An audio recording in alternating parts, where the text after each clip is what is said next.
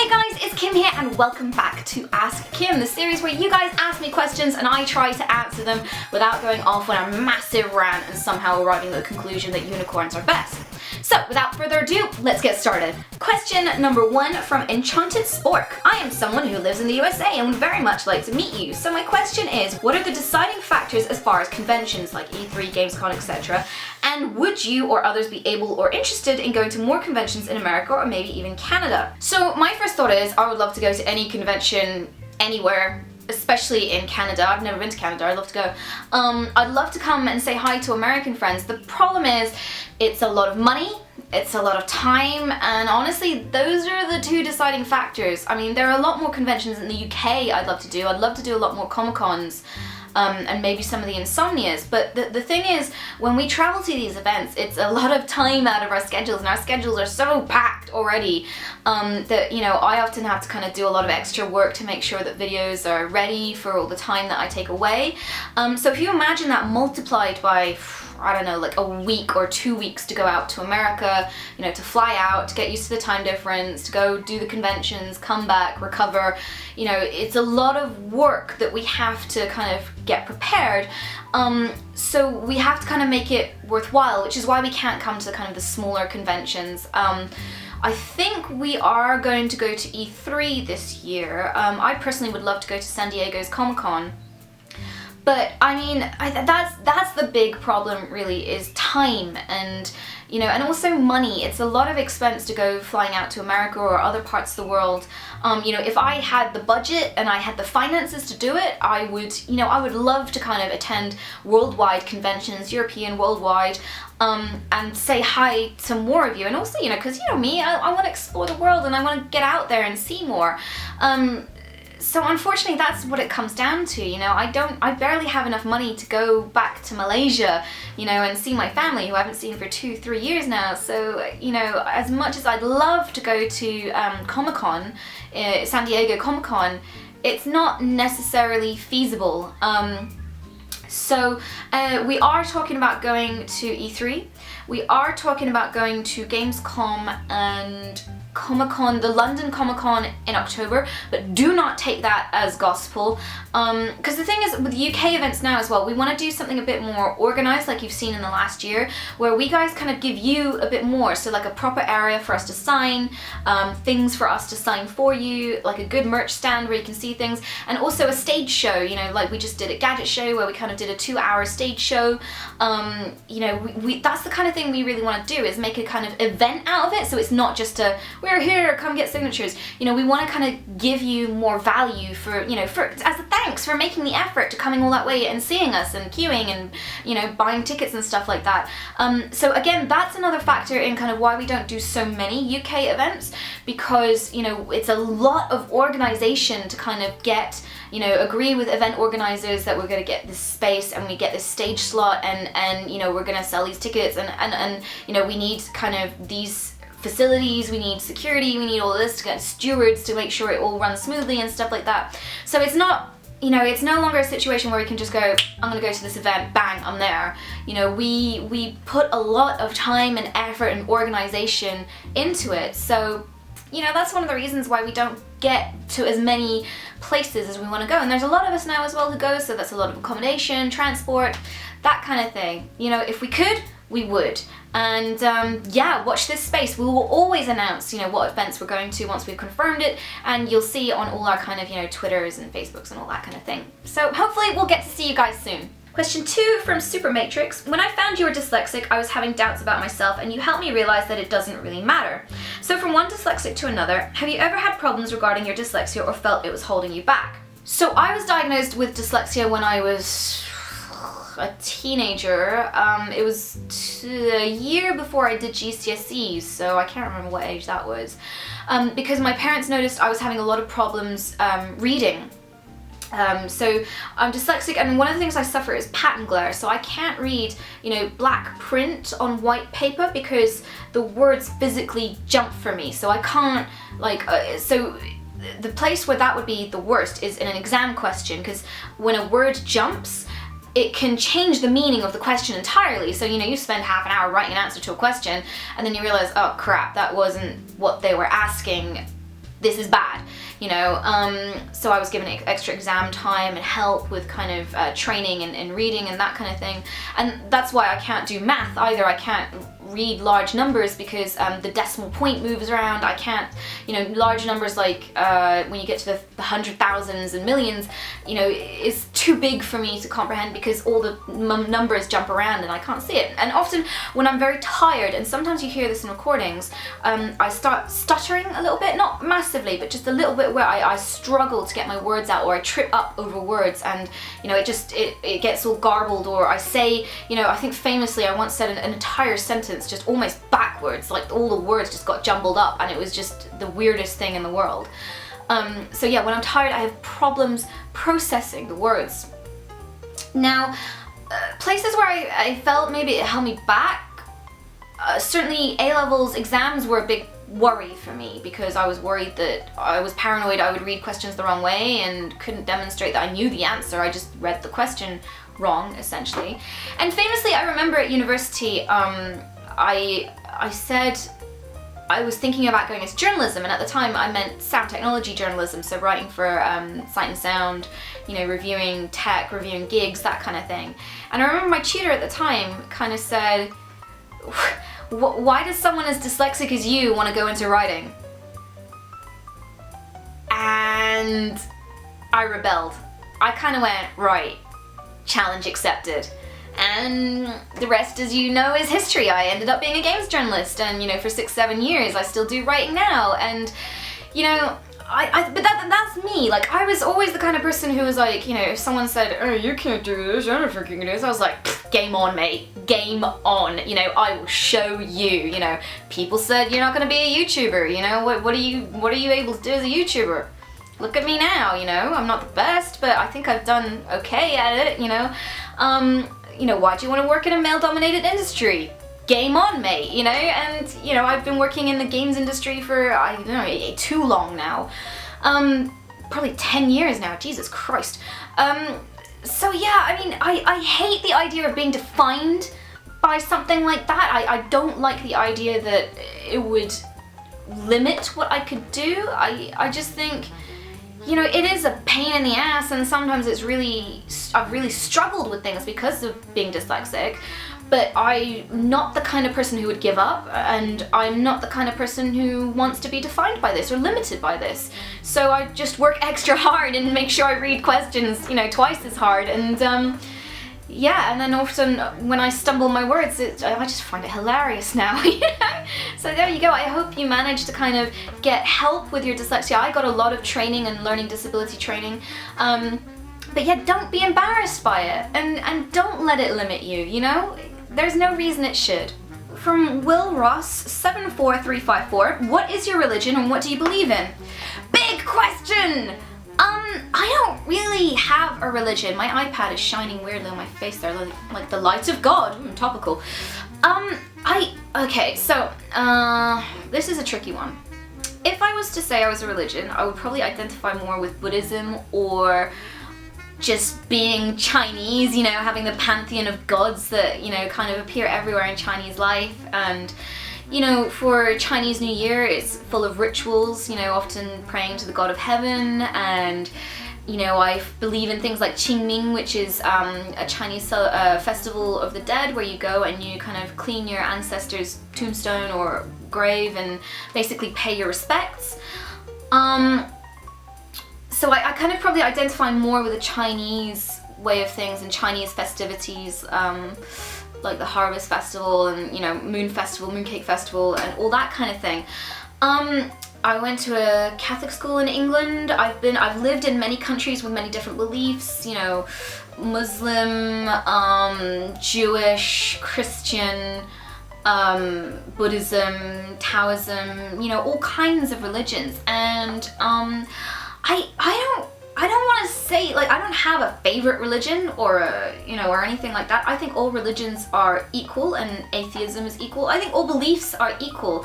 My only problem is with organized religion, and that's when it kind of goes on the kind of crusades and the you must listen to what I do, otherwise I'm gonna kill thousands of your countrymen and, you know, generally be a dick. And that extends back in history as well to sort of like the Christian crusades and that kind of thing, as well as to what's currently happening in Middle Eastern countries and things like that. My fundamental belief, and every religion has this in it, is the kind of doctrine of treat others as if you wish to be treated. So just generally the basic human rule of don't be a dick, you know? Think of other people. Don't just be selfish and think about yourself. Think of other people. Think of the world around you. Think of how you treat other people. You know, are you being a dick to people? You know, be nice to people. Be nice to your neighbors. Be nice to your loved ones. Be nice to strangers, you know? That's generally what I believe in. And all religions have that kind of doctrine, you know, in one form or another.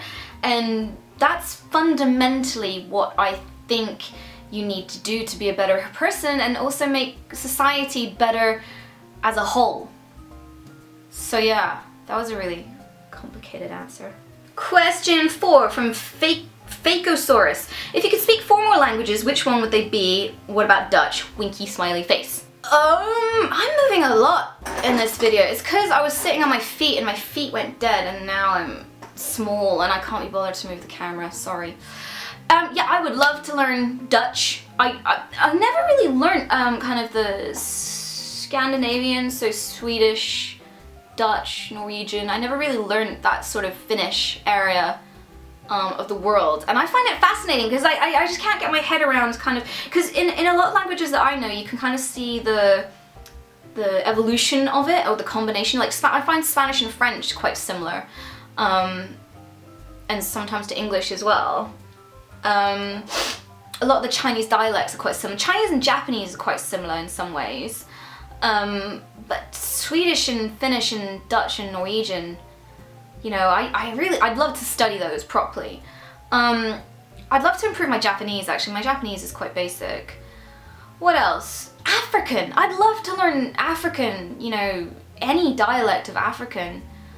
Swahili maybe. Indian. That would be quite a cool language to learn. Is that 4 yet? And on that note from Greater Porpoise, seeing as you've learned quite a few languages, what advice would you give a language learner who's just starting out? German word order is crazy, I tell you. Yes, German word order is crazy. I tried learning that at school and gave up. My advice would be try and live it. Try and find people who are native speakers, or, you know, if you can, travel to that country and just throw yourself in it. Obviously that's kind of, you know, a real last minute scenario or something like that. Last minute? Expensive scenario.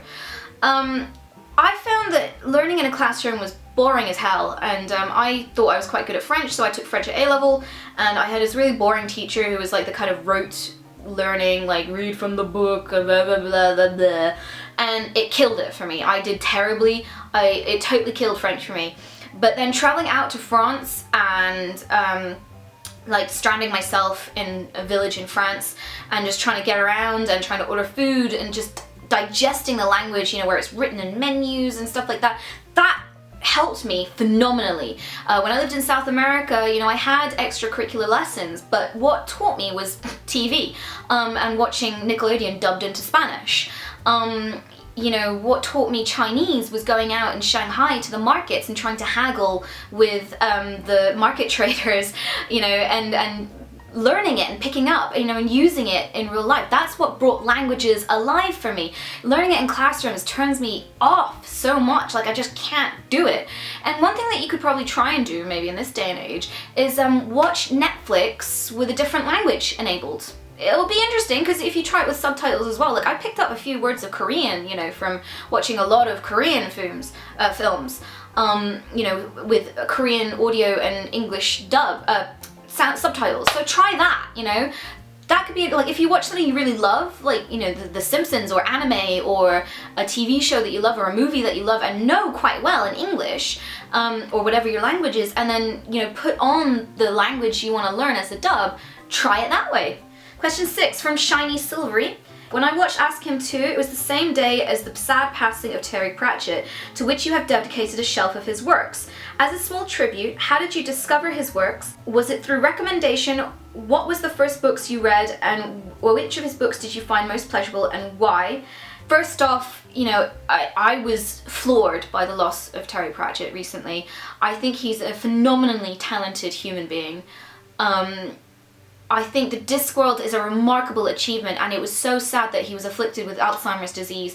But I think his kind of journey through Alzheimer's, you know, he explored the idea of euthanasia, he did some documentaries on that, he was very vocal about it, and he called it the embuggerance, you know, famously. So it wasn't a surprise that he was going, but still I felt it, you know, and then that was the first time I've really felt it when a celebrity has passed away or a famous person has passed away. So my first experience of a Terry Pratchett book was when I was quite young. I went to sleep over at my friend's house, and I was always quite an avid reader when I was younger, like really loved reading, and I probably was a little bit more advanced, and I was a bit bored of kind of the children's fiction at the time. And I remember being attracted to the cover of the book, you know, with the illustration, and it was The Light Fantastic. And so her dad, you know, lent me his book, his copy, and I loved it. I absolutely loved The Light Fantastic.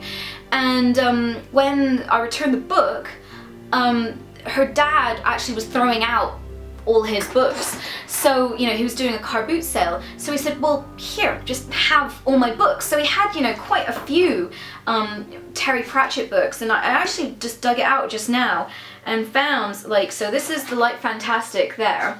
And I found, because he wrote his name and the date in the covers. So January 1996, wow, that was quite a lot of time ago. So yeah, ever since then I was hooked, and I touched on this in my last Ask Him of sort of my favourite ones, but certainly the most memorable books to me, because I love the Men-at-Arms, the Watchmen series the most. And the first time I actually met Terry Pratchett was when he released The Fifth Elephant, which I thought was fantastic, and I still read it to this day and find new things in it. And as you can see, I actually queued up in Waterstones for hours to get his signature, and I met him, and he was the nicest man in the world. And then a couple of years later, I went back for Thud, when Thud was released, and Terry Pratchett remembered me. He remembered who I was, and he remembered because the time that I met him for The Fifth Elephant was about the time of my birthday, and I mentioned, you know, it's my birthday, happy birthday. And then when I met him later was my 21st birthday.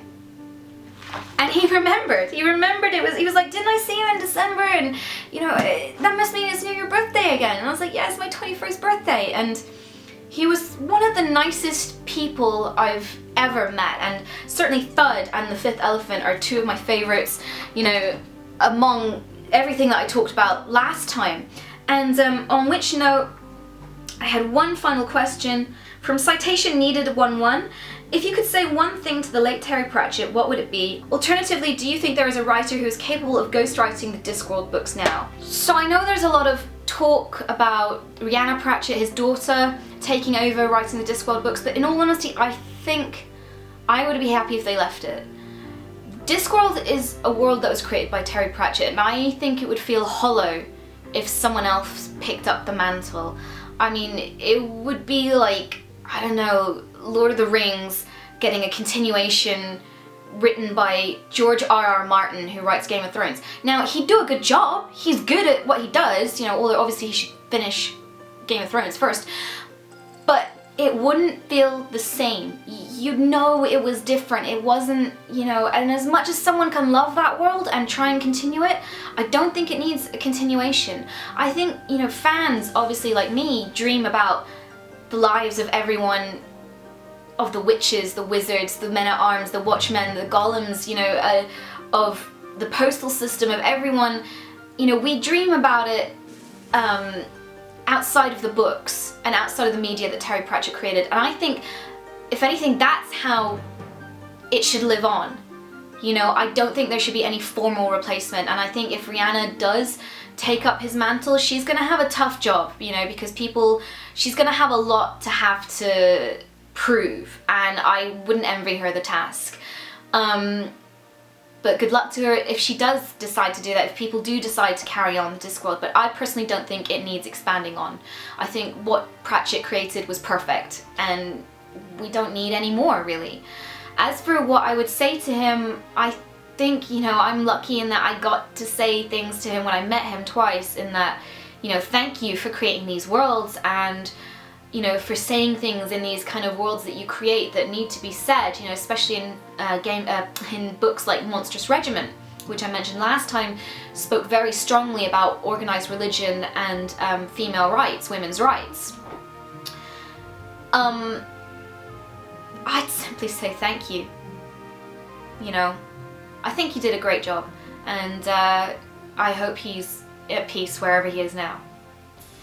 So sorry to end on a bit of a downer, but you know, I think, you know, Discworld is a celebration, isn't it? Like, you know, I'm reading through everything again, and you know, while he may be gone, he's not forgotten, and that's the best you can hope for in life. And I think he's left a legacy of happy people and, you know, creative worlds that we can all still get lost in. You know, his books are still here for us to enjoy and to get involved in. I certainly have been recently. So thank you for joining me on this Ask Kim. If you have any questions for the next one, I will put links to the subreddit below. Head on over to my subreddit, reddit.com/r/Yogscast and I will have a thread there. So obviously I will publicize this on Twitter and things like that.